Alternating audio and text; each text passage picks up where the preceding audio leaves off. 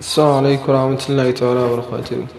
Wannan shine program ɗinmu na farko da za mu fara yi. Ni dan dinga yin bayani game da harshen Hausa.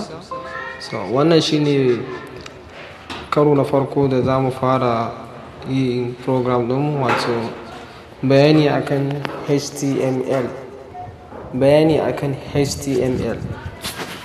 To dalilin da ya sa muka ce za mu raba class gida biyu domin samun Hausa da Turanci. Wasu sun fi fahimta a musu shi da Hausa domin su gane yadda abin yake. Kuma mai buƙatar Turanci akwai yadda zai yi shi ma ya kalla ya fahimta yadda na Turancin yake. Su da dama za ku ga idan ana so a koya mutum ya gane cikakken bayani akan abin da ake so a koya mai, an fi so ya ga a yi shi da yarensa. Kamar yanzu ƙasashen da suka ci gaba, misali India, Chinese, France da sauran ƙasashe, amma duka da ku ga cewa sulayi ne da yarensu, especially ma Indiyawa. Za ku ga suna sun suka tashi da yarensu suke, saboda 'yan yaren nasu su gane. To menene ake nufi da HTML? HTML shine Hypertext Markup Language. Hypertext Markup Language.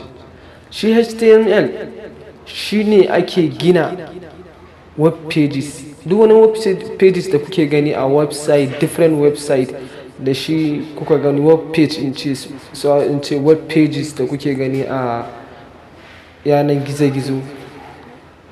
To da HTML ake yi gurin gina shi, shi gini ne. To mafi mutane suna cewa shi HTML programming language ne ko kuma ba programming language ba ne. To maganan gaskiya, abin da ya fi shahara a gurin masana ilimin programming shine HTML ba programming language ba ne, coding ne. Coding ne, baya cikin programming language, amma coding ne. Shi ne da shi ake yin gini na web pages. Misali, yanzu bara ka shiga gida, in ka zo guri ka sai fili, dole sai ka yi gini, ka sa foundation ka yi gini. Bayan ka gama ginin ka full, tukunna sai ka nema ya da kai decoration ɗin shi ya kyau. Shi ne aikin CSS. Sannan ka zo ya da a yi wayarin har a zo guri ya zama cikakken gida. Shi ne kama a ce beginning, ka gina website ɗinka, ka fara ginin website ɗinka, tukunna ka zo ka ɗan gyaggyara shi ya ɗan fito, ya clear, tukunna ka zo ka mai connection da sauransu har ya zama cikakken website. To tushen kowane web pages ko kuma website ko web application, dole HTML shine tushen shi. To kun ji kaɗan daga cikin bayanai game da HTML na. Shi yasa muka ce dami wannan muna yi ne cewa bayani akan HTML. A program ɗinmu na gaba da mu ga yadda text editor na HTML yake aiki da kuma yadda ake fara amfani da shi. Wannan mun muku ne don kusan bayani game da HTML da.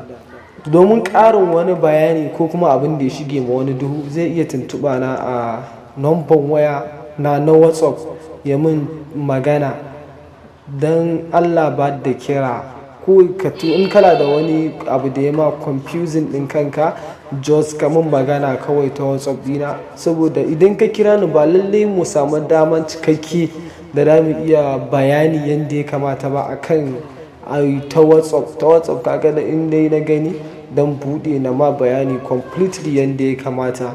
Amma idan ka kira, maybe kati zai iya karewa ko wani abu, ko kuma har yanzu mutum bai fahimta ba, yana buƙata a mai tutorial. To through WhatsApp dama amfani da wannan dama har mu iya yin video tutorial da mutum so ya ƙara ganewa.